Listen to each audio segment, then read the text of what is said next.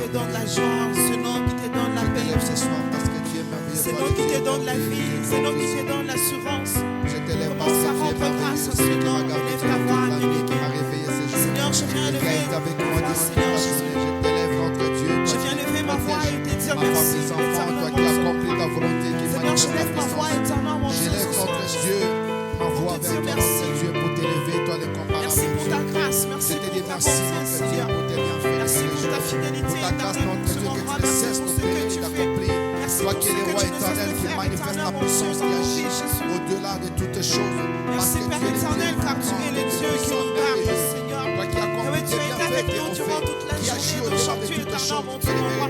Merci Père éternel, car en cette journée, Seigneur Jésus, tu as gardé tout en chacun, éternel mon Dieu, mon toi les cieux qui agissent au-dessus de tout, Seigneur mon Dieu, mon roi, mon roi. Seigneur, nous venons, Père éternel, le véritable Dieu, c'est toi, le Tout-Puissant. nous venons te dire merci, Père éternel, pour Je t'élève l'aide, ce soir, Seigneur, Dieu. que toi tu as accordé à tout notre un Dieu, chacun je de nous, t'exalte, je Seigneur te Jésus. magnifie. Seigneur, Parce que sois tu es élevé, l'incomparable Dieu, sois toi qui n'as glorifié, jamais Seigneur, changé. tu es le Dieu Toi qui es merveilleux. l'incomparable Tu Dieu, es le Dieu incomparable, reçois la Seigneur louange, Jésus. Jésus. Que la gloire soit Reçois à toi, l'honneur, Seigneur. notre Dieu. Reçois L'honneur la te soit magnificence. rendu, notre Dieu, Car notre tu es le Seigneur. seul Dieu qui mérite Merci, Père éternel, à d'être toi, loué, le d'être Dieu adoré. vivant.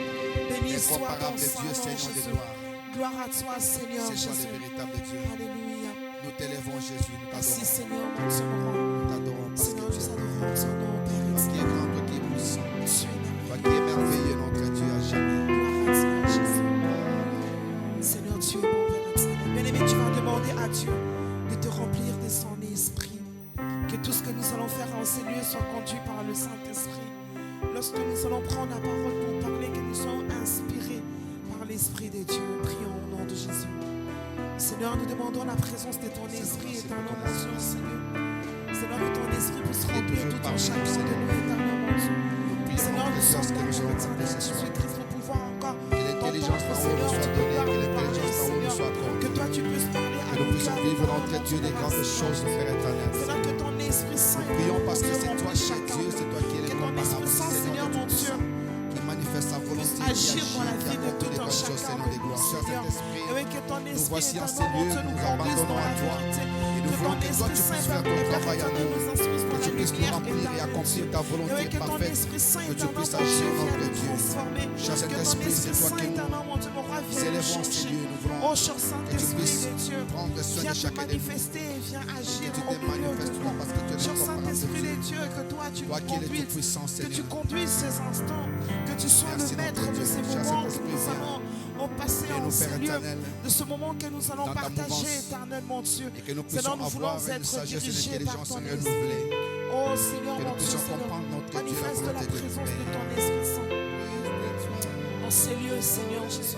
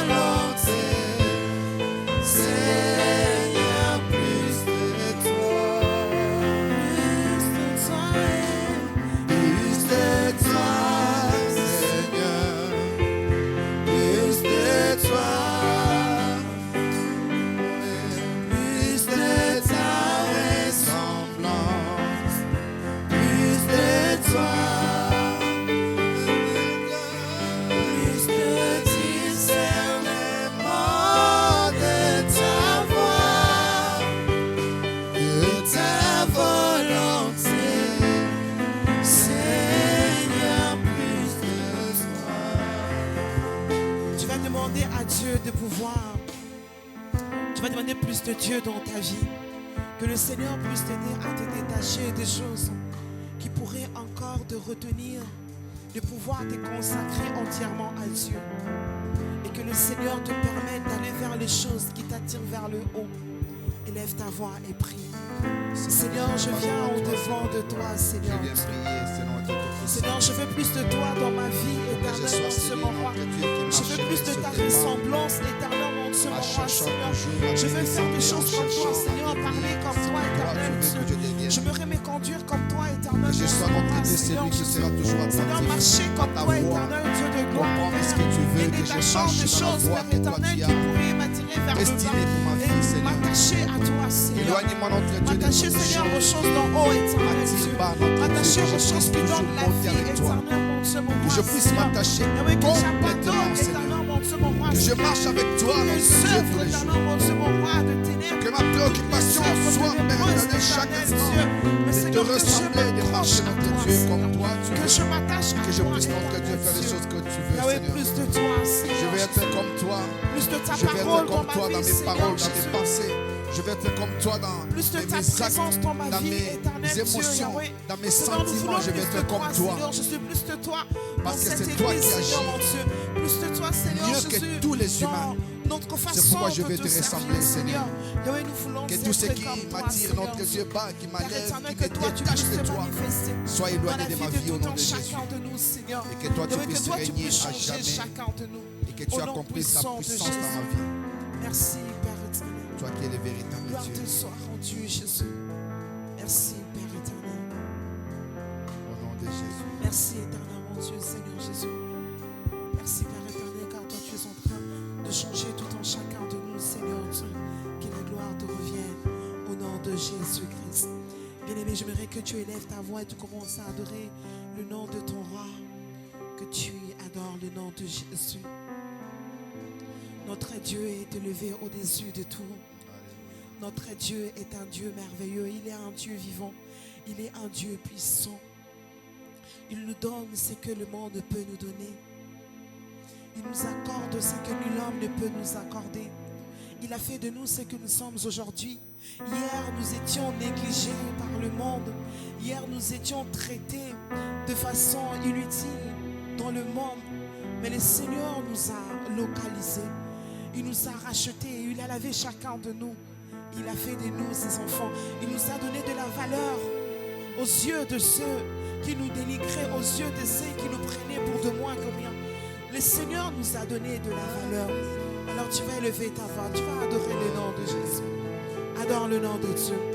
Seigneur, nous venons, Père éternel, Jésus, ce soir. Et nous adorons ton Saint-Nom éternel, mon Dieu, mon roi, Seigneur Dieu. Car tu es un Dieu vivant, tu es un Dieu puissant, tu es un Dieu merveilleux, Seigneur, mon Dieu, mon roi. Un Dieu plein d'amour, Seigneur, mon Dieu, plein de bonté, Seigneur, plein de grâce éternelle, mon Dieu, mon roi, Seigneur Jésus. Père, ce soir, éternel, mon Dieu, je viens reconnaître, Père éternel, combien tu es bon, Seigneur, Seigneur, combien tu es amour éternel, mon Dieu, mon roi, pour moi, Seigneur Jésus. Seigneur, autrefois perdu, Seigneur, mon Dieu, mon roi, ton amour éternel, mon Dieu, mon roi, Seigneur Jésus, nous a localisés, Seigneur, ton amour éternel, mon Dieu, mon roi, Seigneur, nous a cherchés, ton amour, Seigneur, nous a trouvés, éternel, mon Dieu, mon roi. Oh, Père éternel, Jésus, ce soir, Père éternel, nous pouvons élever nos voix vers toi, Seigneur Jésus. Oh, Père éternel, par nous reconnaissons, Seigneur, mon Dieu, c'est que tu es pour nous, Seigneur. Tu es celui qui nous a rachetés. Tu es notre rédempteur éternel, mon Dieu, mon roi, Seigneur. Lorsque nous arrivons, éternel, mon Dieu, mon roi, au bout, Seigneur Jésus, et nous ne savons ce que nous devons faire, éternel, mon Dieu. Seigneur, toi, tu viens, Seigneur Jésus. Tu nous tiens par la main, Seigneur, et tu avances avec nous, Seigneur. Tu es le Dieu qui nous redonne la force, Seigneur. Tu es celui qui nous tient par la main, Seigneur Jésus, et qui nous aide à avancer, Seigneur Dieu. Yahweh, gloire te soit rendue, Seigneur. Que la louange soit à toi, Jésus. Béni soit ton nom, Seigneur Jésus. Alléluia. Merci, Seigneur Dieu, pour ton amour, Jésus. Ta présence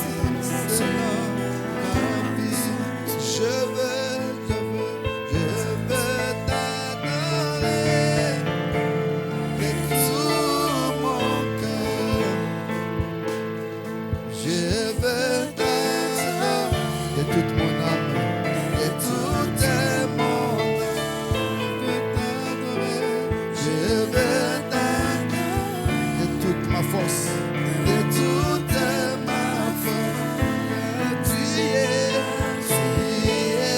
mon Dieu.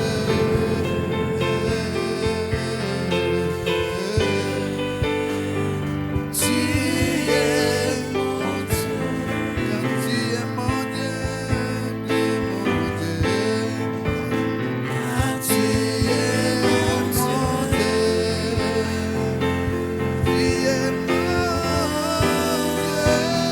Dieu, tu es mon Dieu.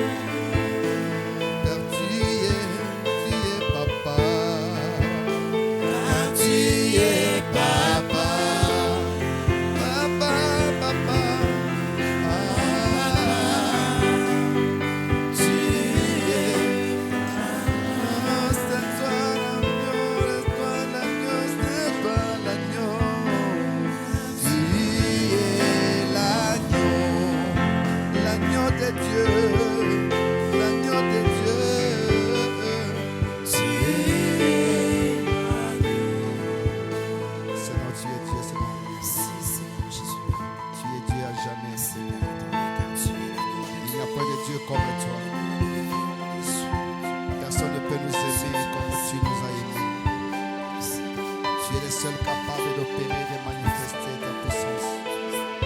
Nous t'élèvons, nous t'adorons ce soir, notre Dieu, parce que tu es merveilleux. Seigneur, sois Nous élevé. t'élèvons, nous t'adorons parce que tu es l'incomparable Dieu.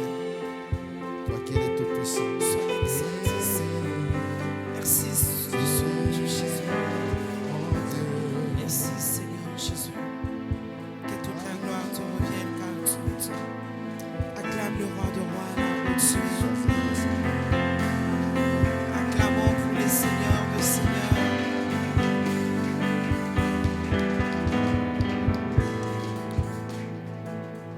Amen. Amen. Sommes-nous dans la joie d'être là ce soir? Je dis bonsoir à tout le monde. Alors nous allons passer à notre temps de partage. Je vais nous inviter tous donc à aller dans les livres des Hébreux. Dans Hébreux, le chapitre 6.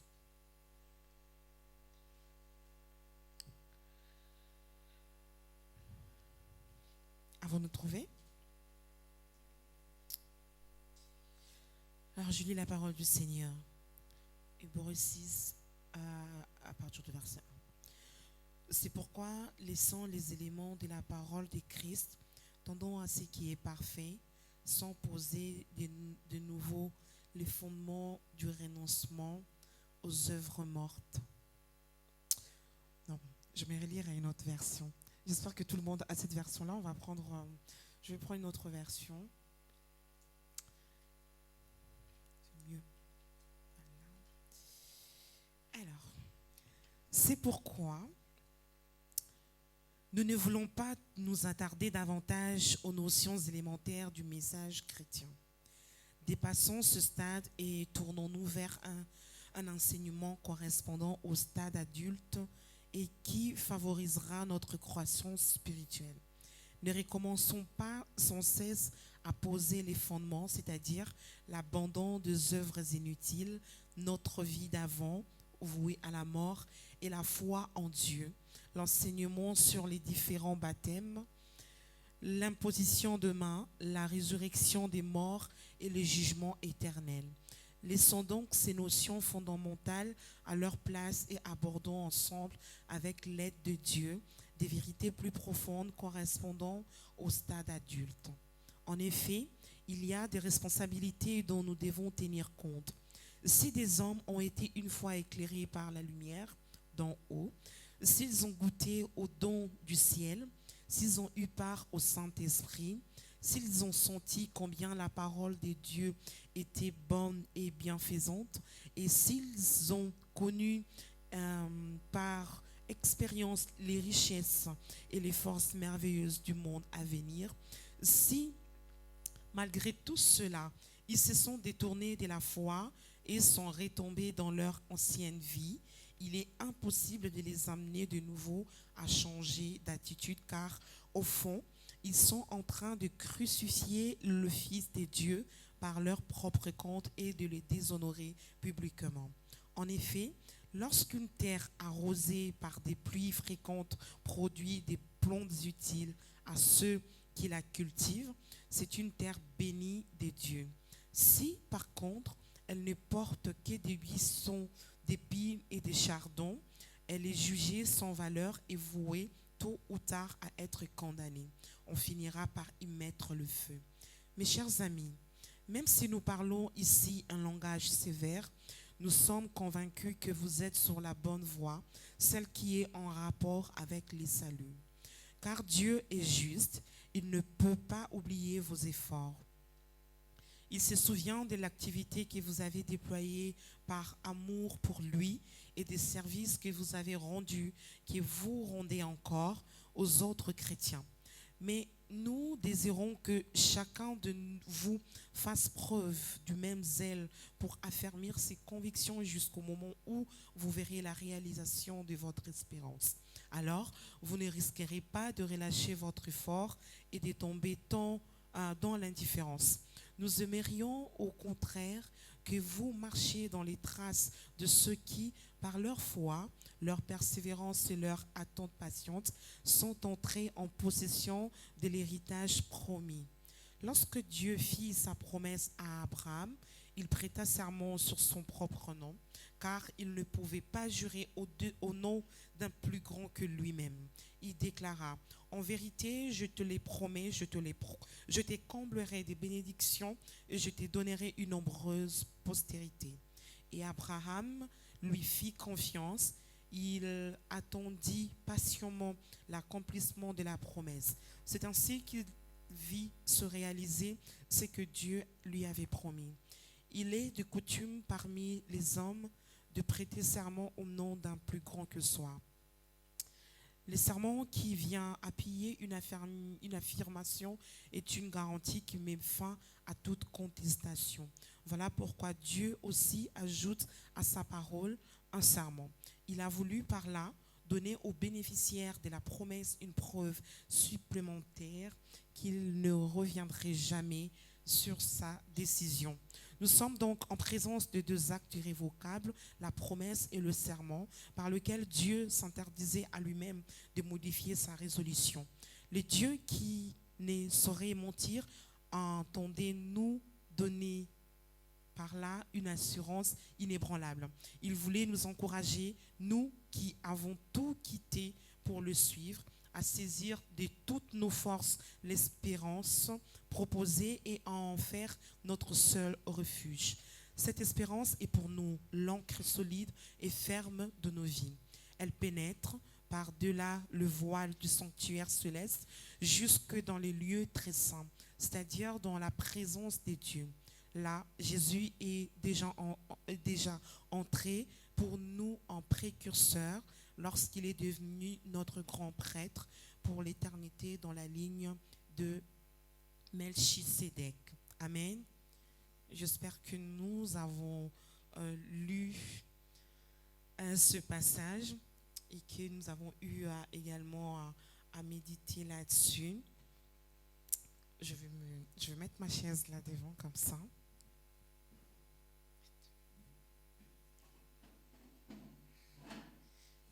Ça va, je vois vos têtes, ça me rassure. Est-ce qu'on peut s'approcher comme ça, on est un peu éparpillé du genre. Approchons-nous. On n'est pas si nombreux que ça. Venez, approchons-nous comme ça, on va bien partager, on va bien parler de la part du Seigneur.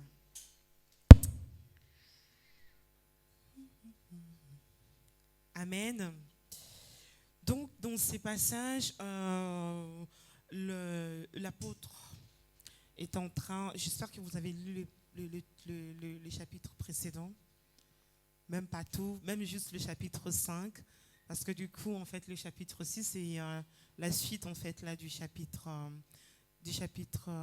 5, où il était en train de leur parler, en fait, d'après ce que moi je puis comprendre, en fait, là, il était en train de parler aux Hébreux sur la sacrificature de Christ. Et il est arrivé à un moment, en fait, où il voulait approfondir les choses, mais il s'est senti simplement limité et ne pouvait plus, en fait, continuer dans son enseignement sur la sacrificature. Et pourquoi? Parce qu'en fait, ces peuples-là, hein, les Hébreux, étaient devenus, comme dit le chapitre 5, vers la fin, c'est-à-dire qu'il leur dit, normalement, à ce stade-là, vous devriez déjà être en fait de maître, c'est-à-dire depuis le temps où vous connaissez les choses de Dieu, que vous vous êtes convertis, vous devriez normalement être de maître, c'est-à-dire que vous devriez transmettre ce que vous avez reçu, votre connaissance à d'autres. Mais il se trouve qu'on est encore là à vous donner encore les premiers rudiments de la parole de Dieu. Et c'est-à-dire que vous vous contentez en fait au lieu d'aspirer en fait à la nourriture solide. Donc du coup, il était un peu limité en fait dans son enseignement. Il ne pouvait plus continuer dans son enseignement. Et je n'aimerais pas moi commencer, parce que sinon après je risque de faire le point sur tout le chapitre. Donc je vais nous laisser chacun de pouvoir nous dire ce que on a eu à retenir sur ce chapitre-là. On n'est pas obligé d'évoquer en fait tous les points en fait là sur ce chapitre. Voilà, le passage qui t'a plus parlé, eh bien tu vas juste appuyer sur ce passage-là pour pouvoir nous donner un enseignement et voilà, une exhortation plutôt. Amen. Je commence par Daniel. Il aime bien qu'on commence par lui. Non mais tu as lu, mais tu n'as pas compris. Je ne te condamne pas. Hein. Non, je ne te condamne pas. Je sais pourquoi. C'est tout à fait normal. Et on va passer le micro à Ben. Ben, les docteurs, vous savez, les docteurs ont toujours deux choses à dire. Hein.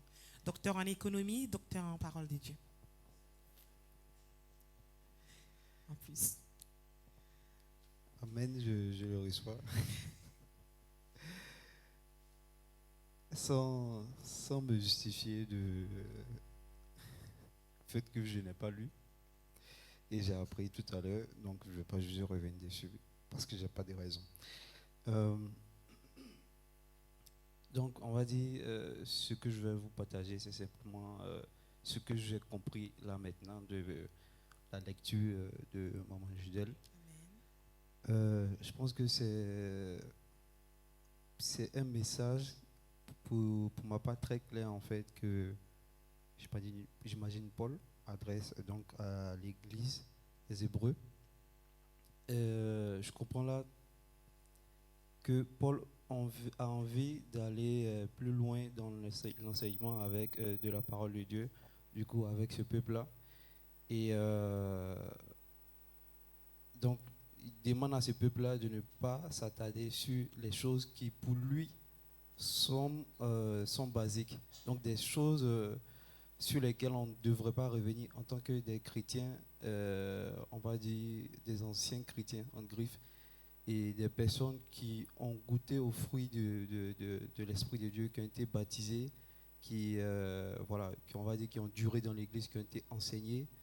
Et donc moi je comprends très rapidement que tout simplement il faut essayer d'avancer dans la vie. Donc dans la vie en général, on va dire, mais aussi dans notre vie chrétienne, dans notre compréhension de cet univers de la vie chrétienne. Parce que c'est tout un univers. On peut s'engager, pour certains, il y a des années, il y a 5, 6 ans, mais est-ce que depuis notre période d'engagement et aujourd'hui, est-ce qu'on fait un bilan de ce qu'on connaît de la chrétienté, de ce qu'on a appris de la chrétienté et où est-ce qu'on devrait aller en fait si on doit avancer d'une étape supérieure? Où est-ce qu'on devrait aller si on n'a pas compris encore que Jésus-Christ est Dieu et on doit avoir la foi en Dieu dans toutes circonstances? Il y a certaines étapes qu'on ne pourra pas franchir en fait. Donc comme Paul le dit, il faudrait qu'on dépasse le stade d'enfant. Tant qu'on n'a pas dépassé ce stade-là, on ne pourra pas avoir part à la nourriture des adultes. Donc, il a précisé, je me rappelle plus trop. Donc, simplement, ce que je peux dire, c'est que apprenons à faire un bilan de notre vie chrétienne. Apprenons à faire un bilan de notre vie chrétienne, que ce soit de manière mensuelle ou annuelle. Apprenons à faire un bilan de notre vie chrétienne, de ce qu'on a appris dans cette marche et comment est-ce qu'on doit, quelle décision on doit prendre ou quel chemin on doit emprunter pour aller plus loin avec Christ. Parce qu'il ne sert à rien que l'année prochaine, on te parle de la foi de Dieu, la foi en Dieu, et alors que l'année passée, on t'en avait parlé, et en soi, tu n'as pas mis cette parole de Dieu là en pratique en fait. Est-ce que chaque année, on va venir te prêcher la même chose? Bien vrai que dans un même sujet, dans un même thème, Dieu se révèle toujours à son peuple, mais est-ce que ce qu'il t'a déjà révélé, est-ce que tu le mets déjà en pratique? Est-ce que ce qu'il t'a déjà révélé, est-ce que tu essaies de marcher selon ces choses-là? Si ce n'est pas le cas, ça sera un peu compliqué d'avancer, on va toujours revenir aux mêmes choses. Donc c'est ce message que moi je comprends, c'est de voilà, faire le bilan de notre vie et essayer d'avancer en Dieu et aller vers des choses plus glorieuses que je crois que Dieu a prévues pour chacun de nous. Merci. Amen. Acclamons le Seigneur pour l'intervention de notre frère. Donc nous devons faire le bilan de notre vie chrétienne et chercher toujours à progresser. Et c'est ce qui est d'ailleurs en fait là, Paul est en train de dire aux Hébreux. Il leur demandait donc du coup de progresser, d'aller encore plus loin, d'approfondir en fait dans leur connaissance et ne pas se limiter simplement voilà, au premier rudiment en fait qu'il a énuméré au verset 1, la partie B du verset 1 jusqu'au verset 2.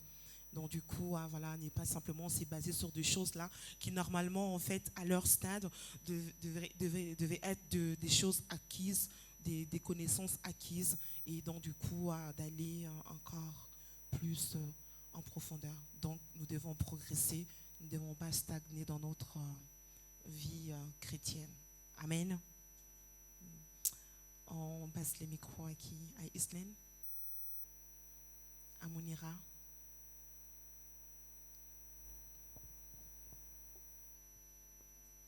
Bonsoir.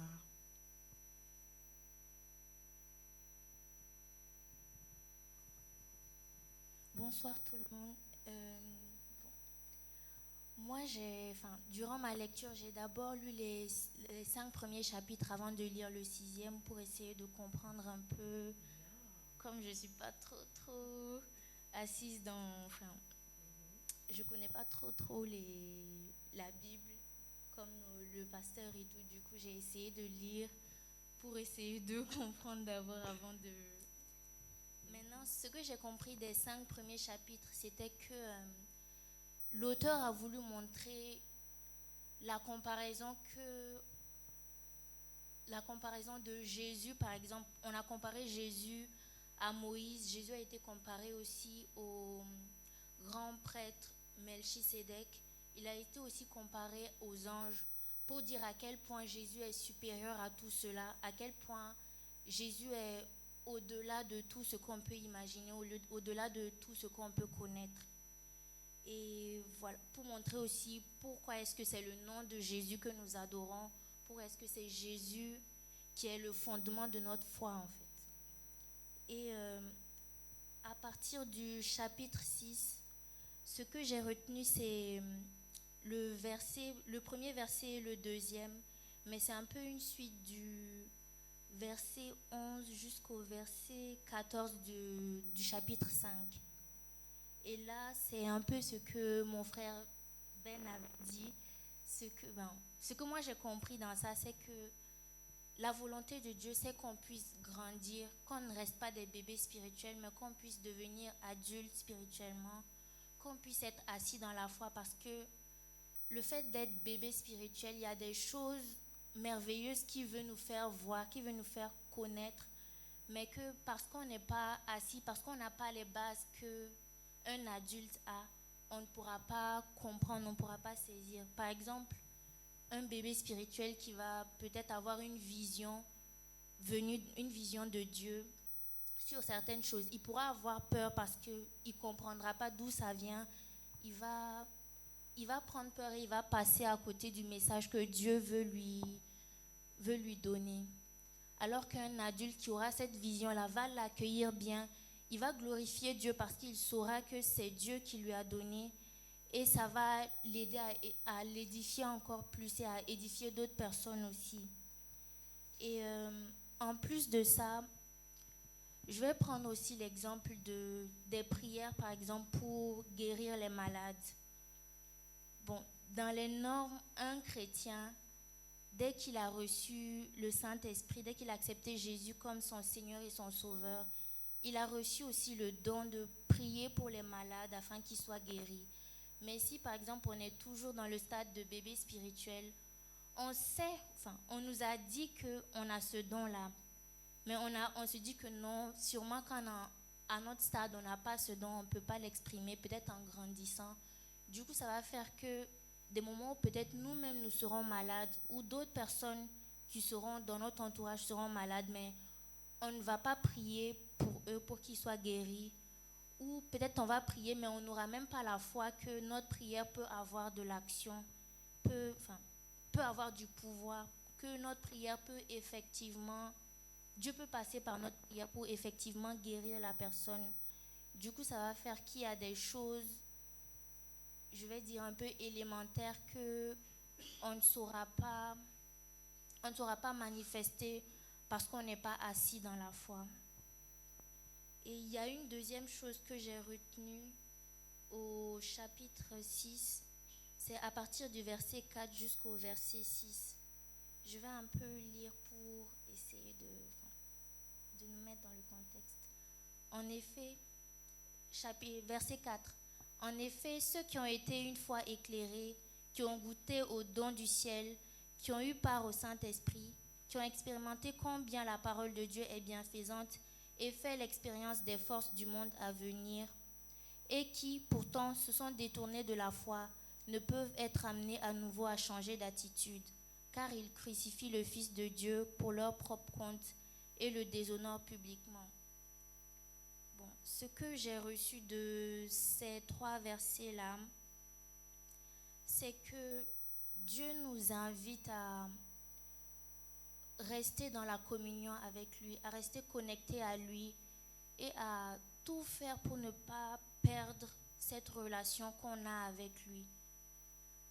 Il nous invite à ceux qui sont en train de se refroidir ou ceux qui sont déjà refroidis à tout faire pour se rapprocher de lui afin de ne pas perdre ce premier amour-là. Parce que lorsqu'on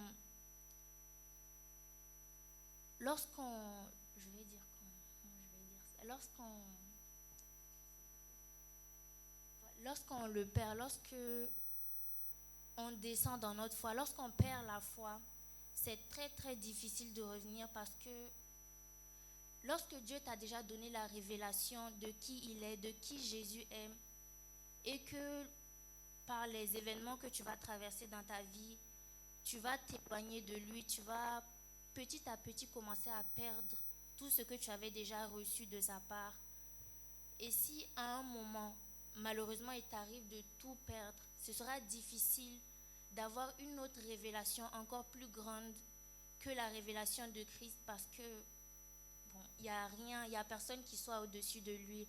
Du coup, si tu arrives à renier Jésus dans ta vie, ce serait vraiment très compliqué pour toi de revenir à lui. Du coup, j'aimerais encourager ceux qui baissent dans leur foi, ceux qui, pour des événements ou d'autres, sont en train de se refroidir, à tout faire pour garder cette connexion-là avec lui, que ce soit en lisant la Bible ou que ce soit juste en venant pour des moments de prière, en venant le dimanche pour le culte ou le jeudi, à rester dans la communion parce que si on s'éloigne de Dieu, ce sera vraiment difficile de revenir à lui.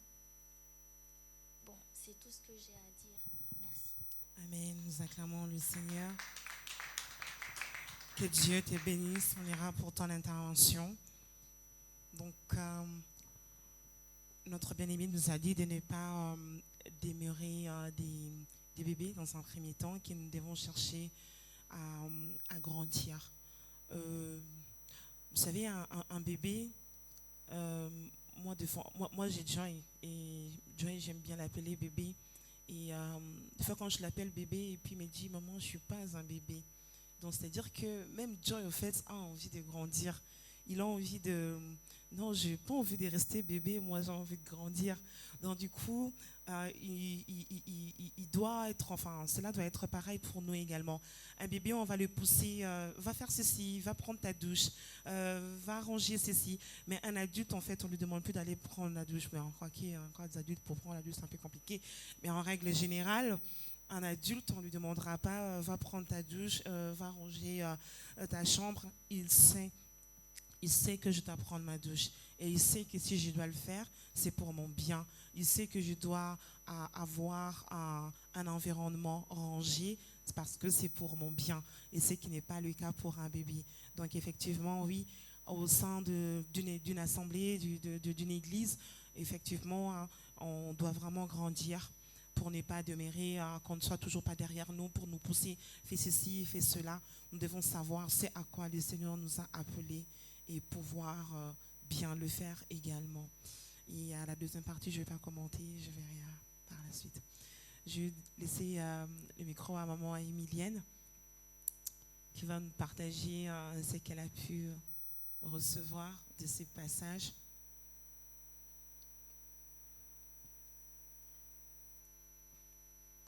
Bonsoir.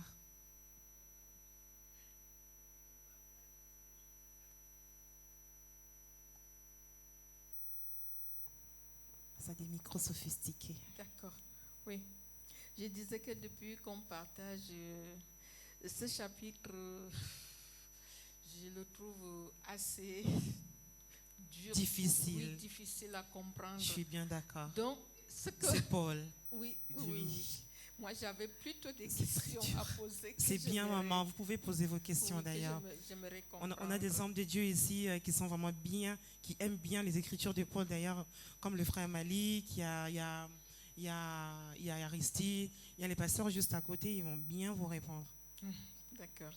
Par exemple, au verset 4, « Car il est impossible que ceux qui ont été une fois éclairés, qui ont goûté le don céleste, qui ont eu part au Saint-Esprit, je continue, qui ont goûté la bonne parole de Dieu et les puissances du siècle à venir, et qui sont tombés, soient encore renouvelés et amenés à la repentance, puisqu'ils crucifient pour leur part le Fils de Dieu et l'exposent à l'ignominie. »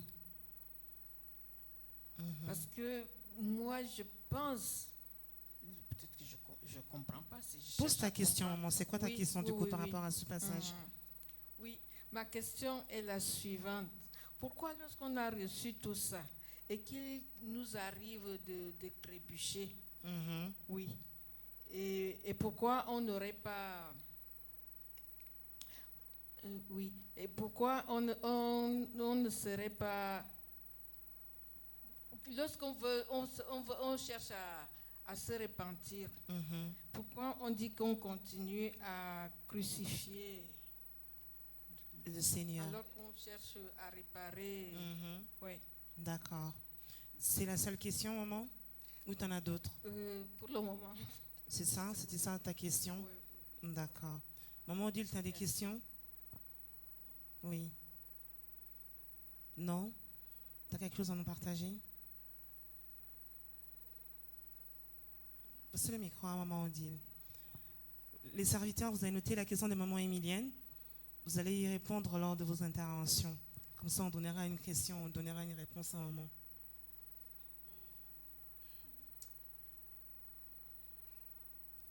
Alors, maman Odile va nous dire ce qu'elle a partagé. Maman Emilienne a posé sa question par rapport à ce passage-là. Attends, maman Odile. Par rapport au le passage qui dit on a été rejeté. Alors, je ne sais pas si c'est les 4 ou. Voilà. Donc du coup, vous voulez que je reformule? Alors du coup, elle a demandé pourquoi en fait tout ça, pourquoi on continue de crucifier Dieu si on cherche en fait à réparer, à se repentir. Pourquoi en fait il va dire que non, si on a goûté à tout ce qui est énuméré, eh bien voilà, c'est très difficile pour nous de revenir. Je ne sais même pas, je suis en train de paraphraser. Donc elle aimerait comprendre en fait pourquoi. Parce que nous on cherche à revenir, mais pourquoi ça doit être difficile en fait. Voilà. Moi j'ai ma réponse par rapport à ça, mais voilà, je laisse vraiment à des personnes, les hommes répondre à la femme ne répond pas à la femme. Donc maman on dit tu vas nous partager ce que tu as. Moi, ce que j'ai compris, donc ce que j'ai compris sur ces passages, en tant que chrétiens, nous devons faire attention à ne pas abandonner notre foi. Parce qu'il y a des personnes qui abandonnent la foi à cause des choses du monde, qui voient qu'avec Dieu ça ne marche pas, il va aller se mettre dans des maisons occultes. Après, pour revenir, ça pose des problèmes. Alors, comme nous sommes en Jésus, nous devons rester toujours fermes. Qu'il plaît, qu'il neige, nous devons toujours s'accrocher à notre Dieu parce qu'il a tout entre ses mains. Alors, l'autre passage, verset qui m'a touché aussi, le verset 7. Le verset 7, là, j'ai compris que nous sommes des terres.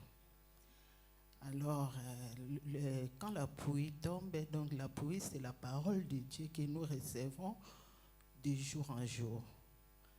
Alors, par ça, nous devons produire des bons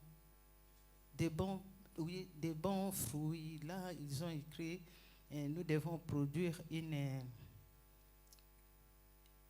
quel produit? Une herbe. Donc nous devons produire des œuvres utiles à notre Dieu.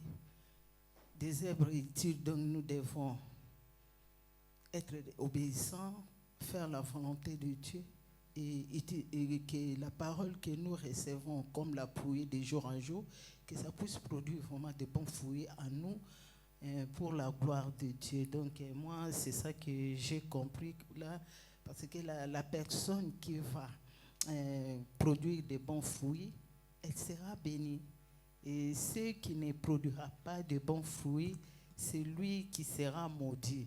Donc nous devons vraiment que Dieu nous aide à faire ce qui est sa volonté. C'est tout ce que moi j'ai compris. Amen. Acclamons pour le Seigneur Jésus. Nous devons être des bonnes terres, des terres fertiles, capables de donner du fruit lorsque la pluie tombe. Amen. Le frère Armand, tu as quelque chose à nous partager? On va passer le micro au frère Armand. Lui aussi, il comprend bien les Écritures des Paul.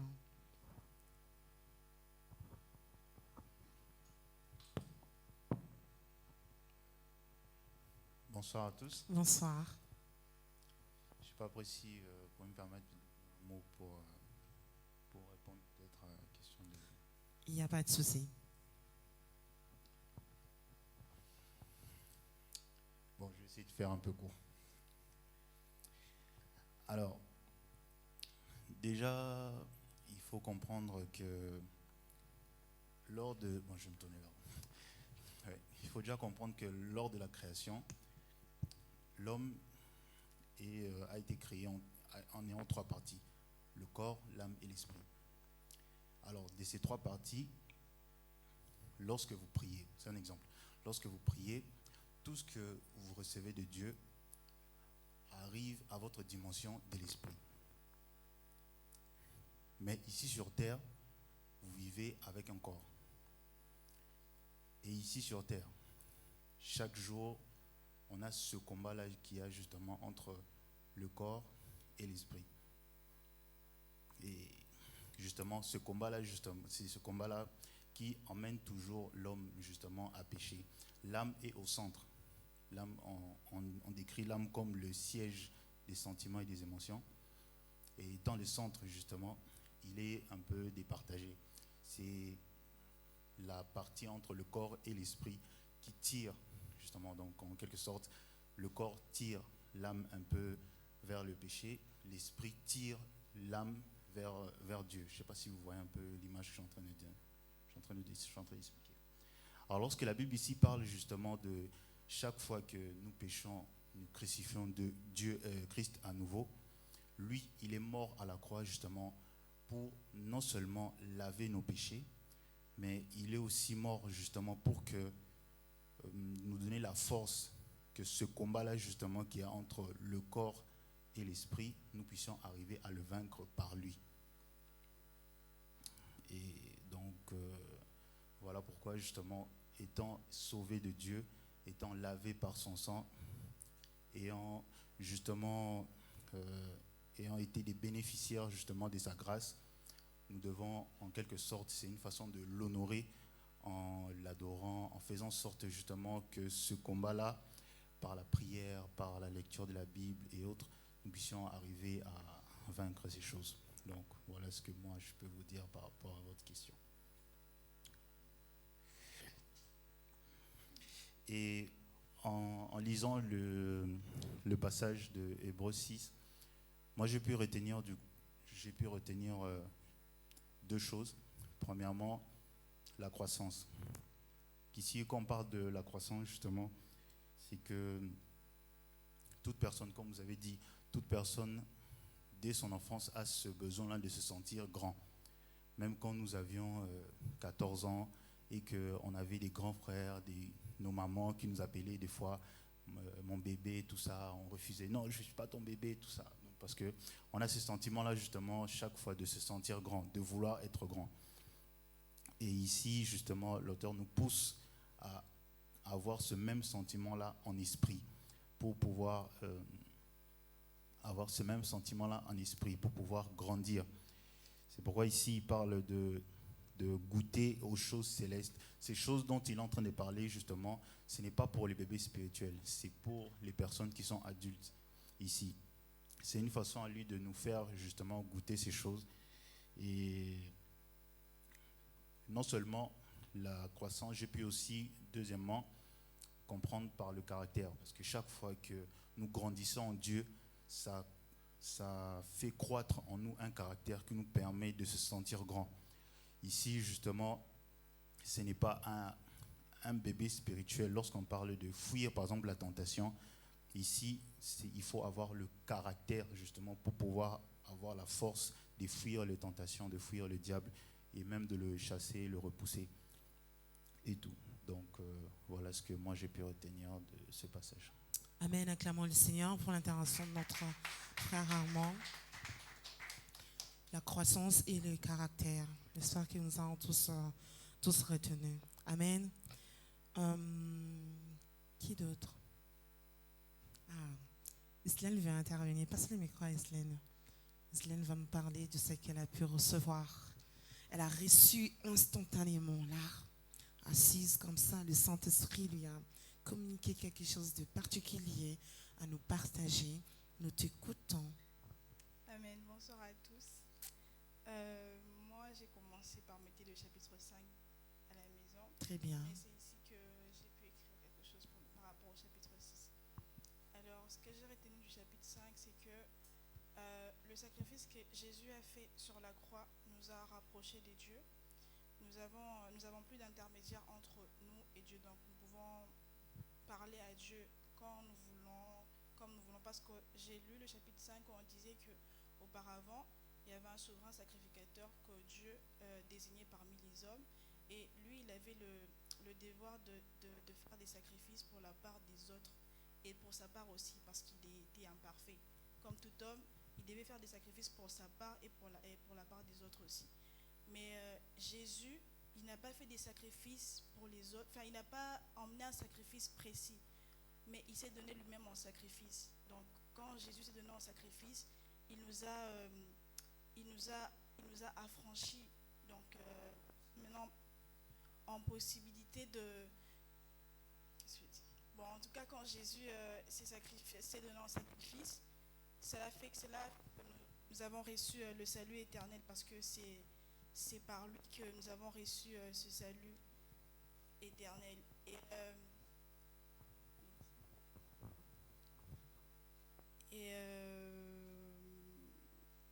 Donc Jésus n'a pas fait comme les sacrificateurs traditionnels, il s'est donné lui-même. Et en tant qu'enfant de Dieu, je sais qu'il y a un verset qui dit « Si je vis, ce n'est plus moi qui vis, mais c'est Christ qui vit en moi ». Donc si Jésus est le maître, si c'est lui qui s'est donné en sacrifice et qu'il est le sacrificateur, donc moi aussi, je suis sacrificateur, c'est ce que je me suis dit. Et que si je pêche, je peux moi-même aller vers Dieu, prier et demander pardon à Dieu, je serai pardonné et pas passer par quelqu'un, pas seulement aller voir un pasteur pour demander à ce qu'on puisse prier pour nous, parce qu'il n'y a plus d'intermédiaire. Il y a maintenant, on peut parler à notre Dieu quand nous voulons. Et donc, en gros, ce sacrifice que Jésus a fait nous a rapprochés de lui, ça nous a rapprochés des dieux. Et dans le chapitre 6, ce que j'ai retenu, c'est que Jésus, quand il est mort, quand Jésus s'est accepté de se donner à la croix, il a emmené la lumière dans nos vies. En fait, il s'est donné pour que nous puissions être sauvés, pour que nous puissions plus être condamnés au péché. Et en acceptant Christ, nous quittons le ténèbre vers la lumière. Et lorsque nous retombons dans notre vieil homme, ben nous crucifions Christ qui vit en nous, en fait. En gros, nous créons encore, nous essayons de nous condamner nous-mêmes par rapport à ce qui existait avant. Pourtant, Christ il nous a déjà libérés par rapport à cette condamnation. C'est ce que j'ai retenu. Amen. Gloire à Dieu. Nous acclamons le Seigneur. Amen. Que notre Dieu soit béni pour l'intervention de notre bien-aimée Islaine. On passe le micro à qui? Malikou à Aristide. On va passer le micro à notre frère Aristide. Bonsoir à tous. Bonsoir. Je vous salue dans le Saint-Nom de Jésus. Je remercie ceux qui sont déjà intervenus et ces moments sont des moments glorieux. Moi, pour ma part, je vais d'abord commencer par parler avant de revenir sur la question de moment. Pour ma part, quand je lis ce passage de Hébreux 6, déjà, ce texte, ça a un auteur inconnu. La Bible le dit. On n'est pas sûr que c'est Paul qui l'a écrit. On n'est pas sûr. J'ai fait d'autres recherches et vraiment, il y a cette incertitude par rapport à... Mais la façon dont c'est écrit, la façon dont c'est dosé, font penser que c'est Paul. Du coup, quand moi je lis ce passage de Hébreux 6, moi je le scinde dans 3 parties. Une première partie où on nous incite au progrès dans les choses de Dieu, ça a été dit par la plupart des intervenants. Une deuxième partie où on nous parle de la justice de Dieu qui se rappelle de nos actes pour lui et qui est une exhortation pour nous à rester actifs dans la foi. Et une troisième partie qui nous parle de la fidélité de Dieu qui ne change pas d'avis. Donc du coup, ce passage commence par une incitation au progrès dans les choses de Dieu qui peut sembler sévère, qui commence très dur comme une chicotte. Et bien avant de commencer par parler de la part de Dieu devant et tout, quand j'étais encore dans l'église là-bas, j'avais un vrai problème avec ce passage-là. Un vrai problème avec le passage dont justement maman a parlé, elle a posé sa question. Parce que le malin utilisait ce passage-là en quelque sorte, et il l'utilise contre les enfants de Dieu, une fois qu'ils ont péché ou une fois qu'ils rétrogradent dans leur foi pour leur dire, t'as vu, t'es revenu à moi, ou il n'y a plus d'espoir pour toi, c'est fini, reste avec moi, ou il n'y a plus d'espoir pour toi, t'as recrucifié Christ, Dieu ne peut plus t'accepter. Quand le malin au désert a dit à Jésus, il est écrit, Jésus lui a répondu aussi, il est aussi écrit. Mon Dieu, c'est un Dieu d'amour. C'est un Dieu, par la parabole justement du Fils prodige, qui nous montre qu'il aime le pécheur. Il n'aime pas le péché, mais Dieu aime le pécheur. La Bible me dit aussi, 7 fois le juste tombe, mais 7 fois Dieu le relève. Ce qui voudra dire que dans ce passage, le passage il est clair, il peut sembler dur. Ça nous dit que quand quelqu'un a déjà goûté, je suis au verset 5, qui ont goûté à la bonne parole de Dieu et aux puissances du monde à venir. Quand on vit une relation avec Dieu, quand on est dans la foi, pas en tant que bébé spirituel, mais en tant que personne qui vit des visions, personne qui est baptisée du Saint-Esprit, personne qui expérimente des choses, des visitations avec Dieu, tu sais que tu n'es pas juste un passager sur cette terre. Tu sais qu'il y a plus en Dieu.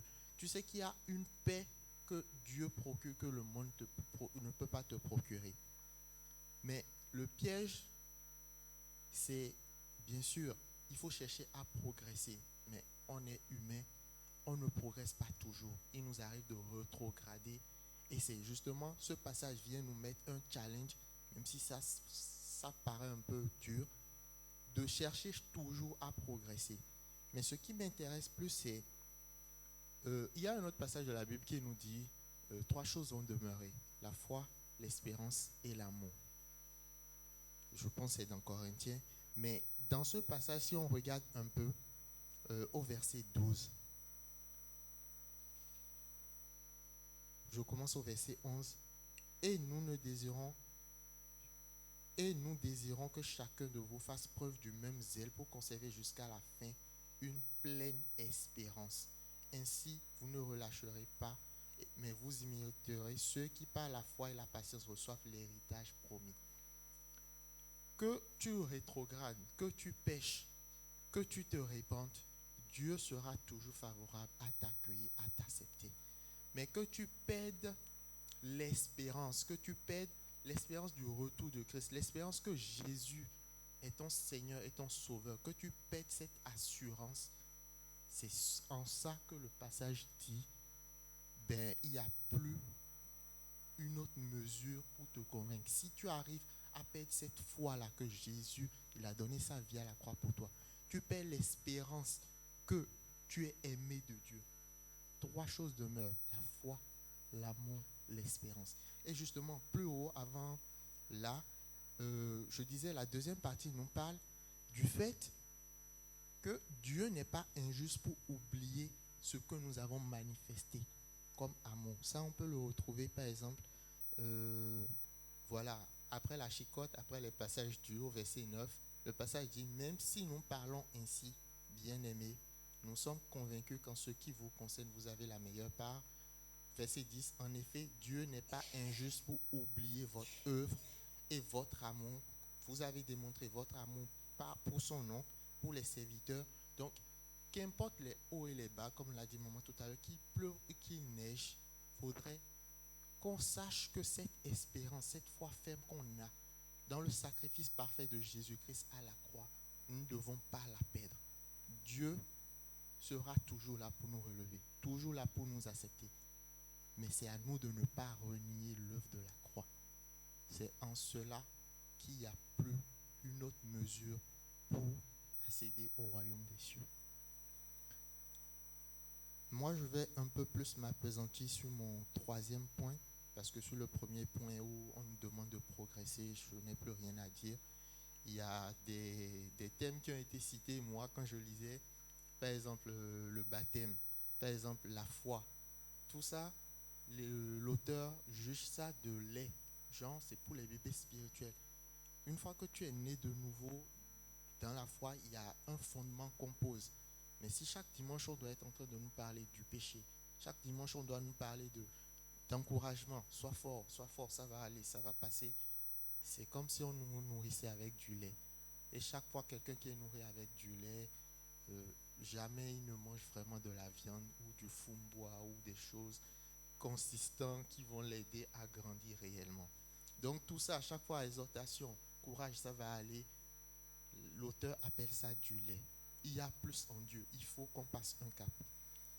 Donc le 2e point, la justice de Dieu qui se rappelle de nos actes. Et le 3e point, c'est la fidélité de Dieu qui ne change pas d'avis. Moi, je vais m'appesantir plus là.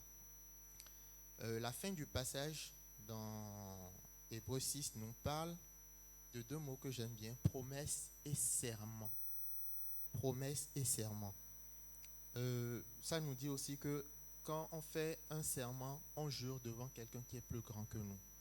Dans le monde, quand on veut mettre quelqu'un en confiance, on peut te dire quelque chose comme « je le jure sur la tête de ma mère », quelque chose comme ça. Deux personnes qui veulent se marier et qui vont à la mairie, ils prennent un engagement, ils font des promesses l'un envers l'autre et ils prennent un serment devant quelqu'un qui administrativement est supérieur à eux, monsieur le maire. Du coup, dans ce passage, vers la fin, le verset 16, on nous dit « Or les hommes jurent par plus grand qu'eux, et le serment est une garantie qui met fin à toute contestation. » C'est pourquoi Dieu, voulant montrer plus clairement encore aux héritiers de la promesse le caractère irrévocable de sa décision, est intervenu par un serment. Ainsi, il a fait 2 actes irrévocables.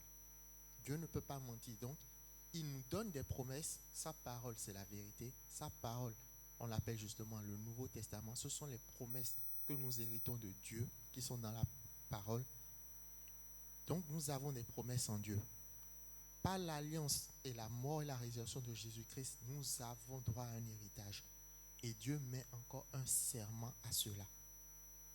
Cela nous encourage à savoir que Dieu n'est pas un fils de l'homme pour se repentir. Non seulement il fait la promesse, mais il ajoute un sceau. Il ajoute un sceau à ce que lui-même il a dit. Et c'est à l'image de justement ce qu'on nous disait par rapport au sacrificateur. Le sacrificateur, chaque année, il est obligé d'aller dans la présence de Dieu, présenter des choses, demander pardon pour lui-même parce qu'il est humain, demander pardon. Mais Jésus, il a fait ce sacrifice une fois pour toutes. Et Jésus, il n'est pas un sacrificateur lambda qui va mourir. Il ne mourra jamais. Donc, le Seigneur, par ce passage, moi, m'a révélé que, au fait, quand on nous demande de prier au nom de Jésus, on a des promesses. Il faut prier en esprit et en vérité. On a la parole qui est une promesse. On peut déclarer des choses sur nous. Mais quand on ajoute au nom de Jésus, c'est qu'on ajoute un serment. On ajoute le sceau que Dieu même, il a posé sur ses promesses. Nous-mêmes, on l'ajoute sur la déclaration qu'on fait. Ça m'a un peu travaillé. J'ai continué la lecture dans le livre, dans le chapitre suivant. Et dans Hébreux 7, le verset 20 à 22, justement, Hébreux 7, le verset 20 à 22, c'est écrit « De plus, il y a eu un serment. Les autres sont devenus prêtres sans serment. Mais pour Jésus, Dieu a fait un serment quand il lui a dit « Le Seigneur a fait ce serment et il ne reprendra pas sa parole. Tu es prêtre pour toujours. C'est pourquoi, avec Jésus, nous sommes sûrs d'avoir une meilleure alliance. » Je suis maintenant à 24 à 25. Mais Jésus, lui, vit pour toujours et jamais personne d'autre ne sera prêtre à sa place. C'est pourquoi il peut sauver pour toujours ceux qui s'approchent de Dieu avec son aide. En effet, Jésus est toujours vivant. Il peut donc toujours prier Dieu pour nous. Donc Dieu nous encourage et nous montre que le sacrificateur qu'on a maintenant, c'est un sacrificateur, comme l'a dit Mounira, qui dépasse les anges, qui dépasse Moïse, qui dépasse tout ce qu'on peut imaginer et qu'on peut connaître dans ce monde. C'est pour ça que quand quelqu'un a déjà goûté à tout ce qu'il y a comme bénédiction dans Dieu, Dieu lui fait comprendre que je prépare une place pour toi dans mon royaume et qu'on arrive à renier Jésus, à rendre caduc son sacrifice. Il n'y a plus maintenant quelque chose qui peut être proposé pour que tu aies un salut ou pour que tu sois sauvé. C'est ma contribution après méditation de ce passage. Amen. Acclamons le Seigneur. Que le Seigneur te bénisse pour ton intervention. On va passer le micro à notre frère Daniel.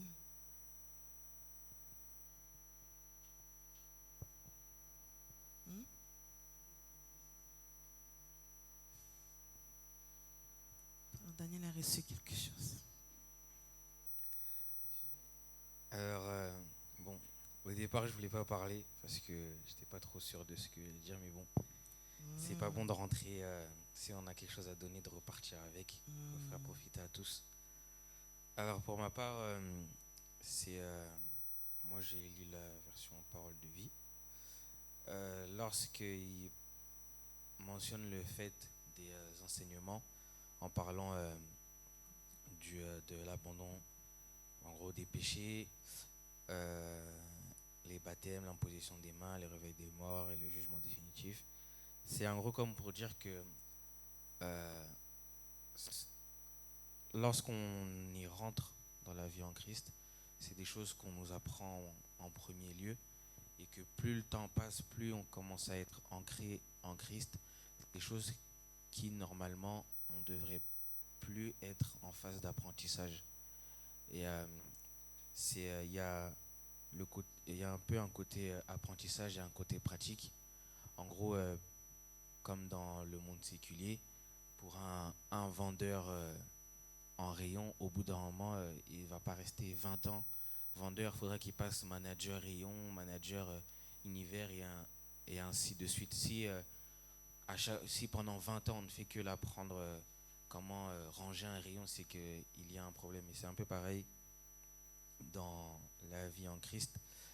Et ils parlent aussi, ils disent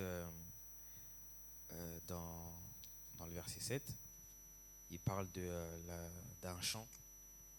C'est en gros pour dire que lorsque on veut quelque chose ou produire quelque chose, il faut que ça nous soit utile.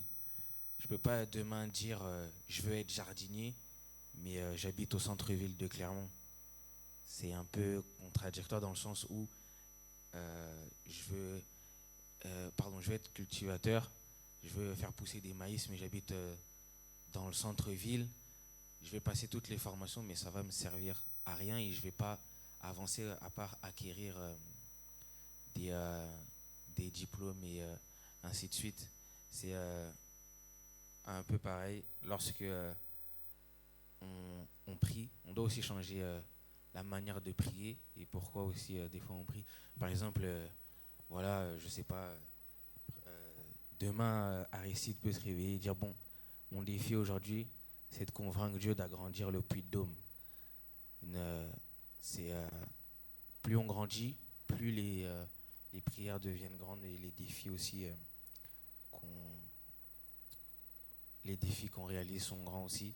C'est aussi ils disent que Dieu n'est pas injuste, il ne peut pas oublier ce que vous faites ni l'amour que vous montrez pour lui. C'est un peu les efforts qu'on fournit dans la vie en Christ. Plus on avance, plus on change certaines choses. On ne réagit plus de certaines manières. On pose certains actes et ce qui s'ensuit. C'est un peu une manière aussi de montrer l'amour qu'on a envers Dieu. Et quand ils disent ne devenez pas paresseux, moi de ce que j'en tire, c'est que en gros on reçoit une promesse ou on croit à quelque chose, mais on reste assis, on regarde la chose passer, on attend que la chose elle arrive et on tend le bras pensant que c'est comme si on portait un sac de course tout fait en fait. C'est à nous-mêmes de fournir certains efforts, d'aller de chercher nous-mêmes à rentrer dans les rayons en question, prendre les articles et présenter ça, essayer de nous-mêmes de rentrer dans les rayons, prendre les articles et saisir cette promesse-là, faire en sorte que cette promesse devienne physique et devienne réelle en fait. C'est ce que j'ai tiré. Amen. Acclamons le Seigneur pour l'intervention de Daniel. Amen. Que Dieu te bénisse, Daniel, pour ton intervention. Tu as vu? Tu as sorti quelque chose. On va passer le micro à notre frère Malik, du coup, qui va nous parler de ça, qui va nous faire bénéficier de ce qu'il a reçu. Merci, bonsoir à tous. Je parle sous le contrôle du pasteur et de maman Judel, juste pour assurer notre maman qui disait qu'elle n'avait rien, elle n'avait que des questions. J'aimerais juste nous encourager tous. Ce que vous faites ici, c'est vraiment très, très important. Et la Bible nous encourage à être lent à la parole, mais plutôt à écouter. Et je nous encouragerais, quand vraiment on ne reçoit rien, plutôt à essayer de voir quelles sont les questions qu'on a à poser.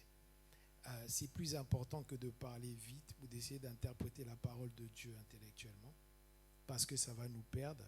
Cette parole est esprit. Je pense que personne parmi nous est plus méritant que l'autre, mais c'est vraiment l'esprit qui doit nous expliquer. Donc juste pour encourager maman et lui dire bravo pour sa question. Et je répondrai dans la foulée. Ce que je voulais dire, c'est que moi j'ai séparé un peu beaucoup plus de parties. C'est-à-dire qu'il y a une première partie qui va du verset 1 au verset 3. Donc c'est un peu la partie où on parle de la maturité. Et si on remonte, on ira jusqu'au chapitre 5, parce que ça commence à partir du chapitre 5. Il y a une partie donc, qui va, je lis, car en effet, donc, à partir du verset 4 jusqu'au verset 7, ça j'expliquerai aussi, c'est là où venait la question de maman. Il y a une troisième partie pour moi qui partait du verset 9 au verset 12, et là je parlerai plus de l'encouragement. Et enfin, le verset 13 jusqu'à la fin, qui parle donc de ce que le frère Aristide a parlé, donc du serment et de la promesse et la fidélité de Dieu. Donc cette première partie, alors où on parle de la maturité, j'aimerais expliquer une chose ici, parce que c'est vrai qu'il parle, il dit que en ce qui concerne donc les œuvres mortes, la foi de Dieu, l'enseignement, l'imposition des mains. Alors ici, ça ne veut pas dire qu'il faut rejeter ces choses. La maturité, ce n'est pas rejeter ces choses, mais c'est de les comprendre autrement que comme des simples actes. Ok ? C'est-à-dire, j'explique. Quand nous lisons, si vous lisez dans le chapitre 5, à partir du verset 1, je ne vais pas lire, jusqu'au verset 9, quand il parle donc des qualifications de Christ comme prêtre, il nous fait montrer Christ comme prêtre et il explique ce que ça signifie. Donc, le problème, ce n'est pas seulement savoir que Christ est prêtre, mais comprendre cela. Parce que quand on comprend, il y a une différence entre le savoir et la connaissance. Quelqu'un qui connaît, ça peut être un aspect général de la chose, mais quand on a le savoir, ça veut dire que non seulement on a compris, mais on peut aussi faire s'il y a quelque chose à faire. Donc, c'est ça la différence. Et lui, il voulait leur dire, dans la maturité, il voulait leur dire, il ne suffit pas de connaître, mais il faut avoir le savoir. C'est-à-dire de réellement comprendre pour être aussi capable d'expliquer et là où il y a à pratiquer, d'être capable de pratiquer. C'est ça que ça signifie. Nous devons vraiment retenir ça pour ne pas rejeter ces choses. Maintenant, la partie où il parle. Alors là, je suis obligé de lire pour mieux expliquer. Il dit ceci. En effet, ceux qui ont été une fois éclairés, qui ont goûté aux dons célestes, qui ont eu part au Saint-Esprit, qui ont goûté à la bonne parole de Dieu et puissance du monde à venir, et pourtant sont tombés. Il est impossible de les amener à une nouvelle foi à changer d'attitude, puisqu'ils christifient de nouveau. Pour eux-mêmes, le Fils de Dieu et le déshonorent publiquement. Alors, quand on dit « il est impossible », je vais lire encore, de changer d'attitude, donc de se repentir. Alors, ce passage, je vais peut-être décevoir certains d'entre nous, parce que moi, j'étais déçu quand j'ai compris. Ce passage ne parle pas de ceux qui sont réellement nés de nouveau. Écoutez bien ce qu'il dit. Il dit, en effet, ceux qui ont été une fois éclairés. Nous ne sommes pas éclairés, nous sommes la lumière. Rappelez-vous, Jésus-Christ a dit, vous êtes la lumière du monde. Quelqu'un qui est éclairé, c'est quelqu'un qui reçoit une lumière qui vient d'une autre source. Et lui-même n'a pas la capacité de faire la même chose, d'éclairer quelqu'un. Donc ce passage-là parle aux gens qui ont vécu dans l'Église, bénéficié du savoir de Dieu et peut-être même profité de certaines guérisons du Saint-Esprit, vu les miracles, mais au fond, ils n'étaient pas nés de nouveau, ils n'étaient pas transformés. C'est pour ça qu'il faut retenir ce passage. Ce n'est pas pour quelqu'un qui est né de nouveau. Quand on est réellement né de nouveau, ce passage n'est pas pour nous. Je dis bien, on a dit ceux qui ont été donc éclairés, c'est-à-dire qui ont reçu la lumière, mais n'ont pas eu la capacité de devenir eux-mêmes lumière. Et ceux qui n'ont pas la capacité de devenir lumière, ce sont ceux qui ne sont pas nés de nouveau. Et si vous remarquez bien, si nous lisons la suite, qui est à partir du verset 7, à partir du verset 7, on dit « Lorsqu'une terre arrosée de pluie fréquente produit des plantes utiles, écoutez bien, à ceux pour qui elle a été cultivée, elle reçoit de Dieu sa part de bénédiction. » On dit « Mais si elle produit des onces, des chardons, elle est jugée sans valeur, écoutez bien près d'être maudite. Et ça nous rappelle notre parabole sur le semeur. Et vous remarquez, si vous lisez la parabole du semeur, vous avez les 3 premières parties où on parle de semer, mais on parle de semer dans le monde, on utilise la bonne terre, on parle des pierres, voilà. Mais quand vous lisez plus bas, on parle de semer dans le royaume. Et dans le royaume, on dit même un tout petit grain produit quelque chose, un grand arbre sur lequel les oiseaux viennent se reposer. Donc vous voyez que quand il s'agit du royaume de Dieu, quand on plante sur la bonne terre, c'est-à-dire dans le royaume de Dieu, ça donne toujours des fruits. Par contre, quand on est en dehors du royaume de Dieu, ça ne marche pas. Et ça nous rappelle encore notre parabole où on parle de l'ivraie et du blé. Rappelez-vous, l'ivraie et du blé, ils poussent au même endroit. Dieu dit, laissez-les aller jusqu'au bout. C'est à la fin qu'on va les rejeter. Donc, c'est cette partie-là, c'est vraiment pour ces gens-là. Et remarquez au verset, comme j'ai dit, le verset 9, il dit, même si nous parlons ainsi, bien-aimés, c'est-à-dire après avoir rejeté ces gens, après leur avoir dit que pour vous, ce n'est plus possible, parce que vous avez goûté à ces choses et malgré ça, vous n'avez pas été transformé, vous n'avez pas réellement reçu Christ. C'est comme si vous le crucifiez encore. Ça ne changera rien pour vous et la repentance est impossible. Écoutez, il dit, même si nous parlons ainsi, bien-aimés, nous sommes convaincus qu'en ce qui vous concerne, vous avez la meilleure part. Donc, il est en train de rassurer maintenant ceux à qui il parlait en leur disant que je viens de vous dire que ceux qui ne sont réellement pas nés de nouveau, ceux-là perdent. Et ces gens-là, malgré toutes ces choses qu'ils bénéficient, ça ne changera rien pour eux parce qu'à la fin, dans tous les cas, nous connaissons leur sort puisqu'il est impossible pour eux de se repentir encore. Par contre, vous, nous savons, et je suis convaincu que ce n'est pas la chose pour vous parce que vous avez reçu la bonne part.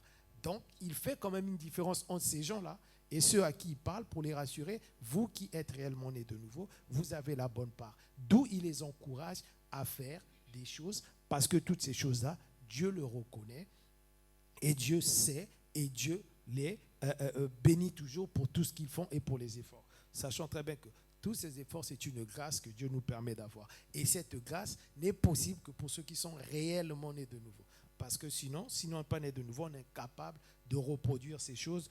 Et d'autant plus que ceux qui ont goûté, qui ont été éclairés, eux, ils ont fini par abandonner. Et enfin, donc je disais, à la fin, du verset 13 au verset 20, on nous parle ainsi donc de la fidélité de Dieu. Il nous explique que quand nous faisons un serment sur des choses, vous allez remarquer que la Bible disait aux enfants d'Israël de ne pas prononcer le nom de Dieu en vain. Et ça faisait que eux, quand ils faisaient des choses, ils prenaient toujours serment, ils juraient sur le temple, des choses comme ça. C'était plus simple pour eux parce qu'au cas où je mens, c'est moins grave que si je jure au nom de Dieu. Mais Dieu a juré sur son propre nom parce que personne n'est au-dessus de lui. Il y a lui seulement. Et quand il jure comme ça, c'est pour nous montrer, la Bible nous montre que Dieu est fidèle. Ce qu'il a dit, il le fera. Le frère Aristide a tellement bien expliqué ça que je ne vais pas perdre du temps dessus. Mais si vous voulez juste vous montrer les différents aspects de ce livre pour que nous puissions le comprendre facilement. Donc, cette partie qui nous intriguait autant, c'est vrai, mais ce n'est pas pour ceux qui sont réellement nés de nouveau. Ce sont ceux qui sont là, qui bénéficient, mais qui normalement ne le sont pas. Amen. Amen. Acclamons le Seigneur pour l'intervention de notre bien-aimé. Que notre Dieu soit loué. Que notre Dieu soit béni pour l'intervention de tout un chacun de nous. Amen. J'espère que vous avez été bénis. Amen. Maman Emilienne, tu as pu avoir déjà combien? Trois réponses. Hein? Ça, voilà, ça c'est complète. De plus en plus, ça s'étoffe et ça devient plus clair en fait pour toi. Amen. Effectivement, moi, en fait, ces passages-là, quand je lisais cette partie-là, j'ai dû reprendre plusieurs fois en fait pour essayer de la comprendre également, hein, ces versets. Et donc, du coup, effectivement, moi, j'avais mis du 4 jusqu'à 6. Donc, du coup, pour moi, en fait, je m'étais dit que, voilà, effectivement, ils avaient simplement goûté. C'est-à-dire que c'est pas de personnes, c'est-à-dire ils ont goûté, mais ils n'ont pas été régénérés, au fait.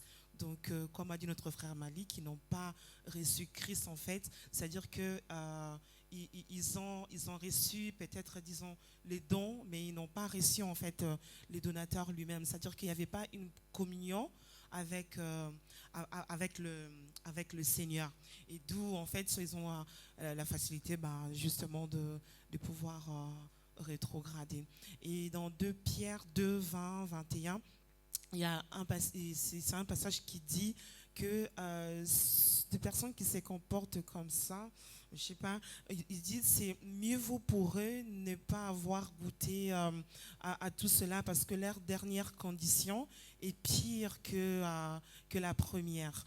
Donc, lorsqu'on ne cherchons pas simplement voilà, je vais juste à l'église, c'est-à-dire je sors, je n'ai pas envie de faire entrer la parole de Dieu en moi, je n'ai pas envie que Christ entre en moi, je n'ai pas envie d'être en communion avec le Seigneur, je vais juste à l'église, une sorte, voilà, d'étoffer un peu, remplir les bancs à l'église et puis sortir, c'est-à-dire que tu es toujours la même personne, tu ne changes pas. Donc, cherchons vraiment à être régénérés, hein, c'est ce que j'avais d'ailleurs marqué, désirons vraiment à être régénérés, être de personnes qui vont vivre une vraie communion, une communion parfaite avec le Seigneur Jésus-Christ. Ainsi, lorsque les tentations viendront, eh bien, puisqu'on aura Christ en nous, on sera sur la parole de Dieu, eh bien, il nous sera très, très difficile de tomber. Voilà, moi, ces passages-là, c'est le seul passage qui m'avait, vu que ça m'avait compliqué la vie, donc du coup, c'est le seul passage qui m'avait marqué, en fait, quand j'ai lu et j'ai voulu chercher à comprendre pourquoi, en fait, c'était écrit comme cela. Voilà, donc du coup, avec la participation de nos bien-aimés, eh bien, on a pu comprendre à qui, en fait, l'auteur s'adressait. Effectivement, hein, les livres d'Hébreux, pardon, on a dans d'autres livres, c'est écrit épître de Paul A, l'épître de Paul A. Là, c'est vraiment pas du tout marqué. Je lisais, j'ai dit non, là, c'est Paul vraiment qui a écrit ce livre-là, c'est tellement difficile. Non, mais lui, quand tu le lis, non, mais tu compliques la vie, quoi.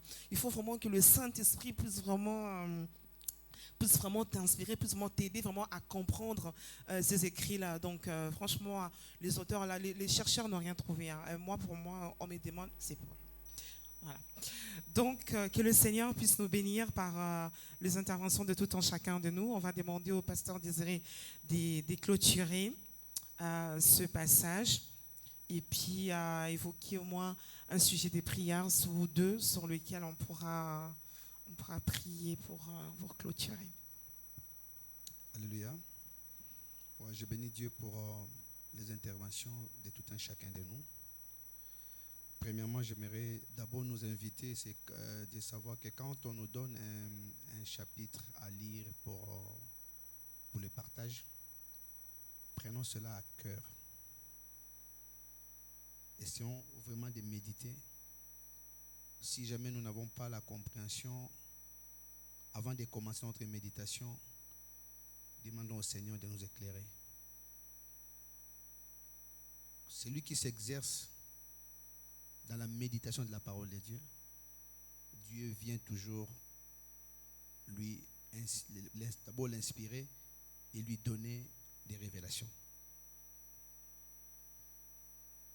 Je crois que tout ce qui a été dit tombe bien. C'est des choses qui se trouvent dans ces chapitres. Ce que Dieu voulait que nous puissions connaître. Une chose est vraie, c'est que nous avons dit ce que nous avons pu avoir de Saint-Esprit, mais cela n'est pas le tout qu'il faut dire. Si nous revenons encore un jour sur ces mêmes passages, vous allez voir que nous serons orientés autrement. Donc, apprenons à lire, à méditer la parole dès qu'il est envoyé pour que Dieu puisse nous envoyer sa révélation. Quand j'ai lu ces passages, comme j'ai dit tout à l'heure, tout ce qui a été évoqué ici et ce qui se trouve dans cette parole. Moi, j'ai retenu deux choses juste pour compléter ce qui a été dit. quand l'auteur parlait, il voulait simplement indiquer les dangers qui se trouvent après avoir écouté la parole, de retomber. Parce que c'est un danger que ceux qui ont écouté, comme nous l'a bien dit le frère Malik a dit, ceux qui ont été éclairés, nous sommes lumière. Maintenant, pour moi, je me suis dit, la première des choses à savoir, c'est que sommes-nous fils ou filles ou nous sommes enfants de Dieu? Parce que si vous lisez ces passages, vous allez voir que quand on parlait de ceux qui ont reçu, on parle de ceux qui sont encore enfants. Et tout à l'heure, Maman Judel a évoqué quelque chose que je voulais dire pour Joy aussi, mais bon, c'était déjà dit par Maman Judel. Pour dire qu'un enfant, comme lui, quand tu l'appelles bébé, il dit je ne suis pas bébé. Alors, moi-même, ça m'avait étonné. Je me dis, mais si l'enfant est conscient qu'il est en train de grandir, à combien plus forte raison les chrétiens aujourd'hui, nous voulons toujours rester à l'étape des enfants. Je ne sais pas si Jésus-Christ est appelé enfant de Dieu ou fils de Dieu. Je ne sais pas ce que vous avez lu dans votre Bible. Il a toujours été appelé fils. Parce que le fils connaît la volonté de son père. Un enfant, il y a des choses qui lui échappent des fois.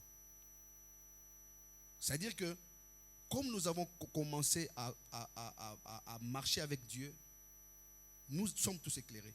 Est-ce que nous-mêmes, nous disons que tel que je suis là, je suis lumière? Est-ce que je suis réellement la lumière dont parlait Christ?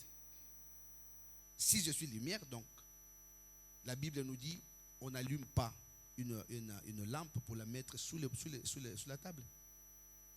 La lampe doit être sur la table pour éclairer la maison. Est-ce que nous sommes d'abord fils? Est-ce que nous sommes conscients d'être des fils? Ou nous sommes des enfants? Des fois, c'est des questions que nous devons nous poser. Où est-ce que j'étais? Qui étais-je avant? Qui suis-je maintenant? Où est-ce que je vais? C'est-à-dire que ma vie ne doit pas ressembler à la vie d'un enfant. Bien sûr, nous sommes enfants de Dieu, mais nous devons devenir des fils et des filles de Dieu. Donc, parlant de ceux qui tombent, il voulait seulement leur donner de savoir qu'il y a un danger. Quand il a dit vous crucifiez Christ, c'est-à-dire que quand ces hommes ou ces gens-là qui se disent, qui parfois vont pécher, mais sans remords, c'est comme ceux qui ont crucifié Christ. Ces gens-là écoutaient Christ quand il parlait. Parmi eux, il y en a ceux qui ont mangé même tout ce qu'il avait multiplié comme pain et tout ça là. Mais en eux, la compréhension de la parole de Dieu n'est pas rentrée. Donc, c'est lui qui n'avance pas, parce qu'il s'agit de progresser aussi, et comme c'est lui qui réunit tout ce que Christ a fait. Donc, nous devons nous dire aujourd'hui, j'étais à un point A et je me dirige vers un point soit B ou plus. Mais pas rester la même personne depuis le jour où j'ai connu Christ. Rabbi, comme on dit, on chante, Rabbi ne change pas. Il n'y a que lui qui ne change pas. Mais nous devons changer du jour. Enfin, je vais dire chaque jour. Mon défi de tous les jours, c'est comment j'ai marché hier, comment je vais marcher aujourd'hui, comment je marcherai demain. Mais il faut qu'il y ait un changement, c'est-à-dire, on dit croissant. Je pars du bas et je monte. Nous devons éviter de tomber sur ces dangers parce qu'autrement, ça nous serait impossible aussi de pouvoir recevoir autre chose de la part de Dieu. Vous allez remarquer que nous sommes considérés comme une terre qui reçoit la sémence. Mais si cette terre comme avait dit, je crois, un des intervenants ici, ne produit pas de l'herbe utile. Cette herbe sera jetée au feu. Alors que la terre où la sémence qui est la parole de Dieu tombe doit produire ce qui est bon pour la consommation. Et n'oublions pas que Dieu est le consommateur de notre foi. Un jour, je me suis dit, quand j'ai lu ça, je me suis dit, mais consommateur de notre foi. Donc, il mange notre foi. Vous comprenez ça? Donc, comprenons les dangers où il est. C'est vrai que quand l'auteur parlait à ces hommes, c'est pour nous prévenir, pour dire, ne tombez pas dans ces pièges-là. J'ai béni Dieu vraiment pour l'intervention de tout un chacun. Vous êtes une bénédiction pour l'Église, et comme nous sommes tous, que Dieu continue à se manifester dans nos vies et qu'il nous fasse grâce d'arriver et d'atteindre les niveaux qu'il veut. Vous savez ce que nous faisons aujourd'hui? Beaucoup d'entre nous, nous pensons que nous pouvons croire peut-être que nous passons notre temps pour rien. Mais un jour ou l'autre, nous nous en souviendrons. Et nous allons comprendre que nous, c'était utile, c'était important. Tel que nous sommes là, nous sommes comme les doigts de la main. Chaque doigt de la main a son utilité. C'est comme ça que vous allez comprendre que dans les interventions, nous nous complétons. C'est-à-dire que tel donne, l'autre donne, l'autre donne. Moi, je reçois du frère Malik. Ma frère Malik reçoit du frère Aristide. C'est-à-dire ainsi de suite. Et nous allons remarquer que c'est tant que nous passons des partages, va beaucoup nous aider à aller de l'avant. Que le Seigneur soit loué. Nous allons élever nos voix. Nous allons prier pour deux choses. La première des choses, nous allons demander à Dieu de nous donner d'être conscients que nous ne sommes pas des enfants, mais nous sommes des fils et des filles de Dieu. Étant des fils et des filles, nous sommes appelés à garder notre identité vis-à-vis de notre Dieu. Tu vas prier pour cela. Élève ta voix. Seigneur Dieu, je te bénis encore une fois de plus. Je prie pour que toi, l'Éternel, Dieu Tout-Puissant, puisse me donner, notre Dieu, d'être conscient du fait d'avoir donné ta vie sur la croix pour moi. C'est la vie que tu m'as donnée.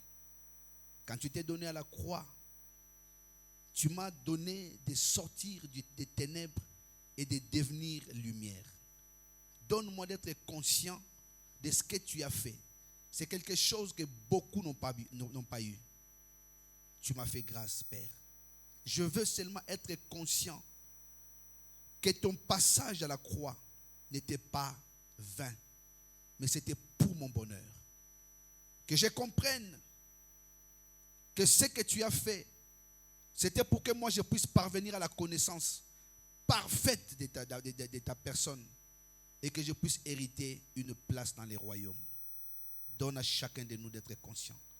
Donne à toute l'Église d'être conscient. Qu'on ne soit pas des hommes et des femmes qu'on va tout le temps pousser, qu'on va encourager, comme a dit notre bien-aimé, qu'on va nous encourager à chaque fois. C'est comme si on nous donnait du lait, mais que nous puissions supporter ce qui est solide. Cette parole qui des fois nous bouscule. Que la conscience nous amène à cela, au nom puissant de Jésus-Christ, notre Seigneur et Sauveur. Deuxième sujet, tu vas prier, tu vas dire à Dieu que le Seigneur te donne à chaque fois que tu auras à cœur de méditer sa parole.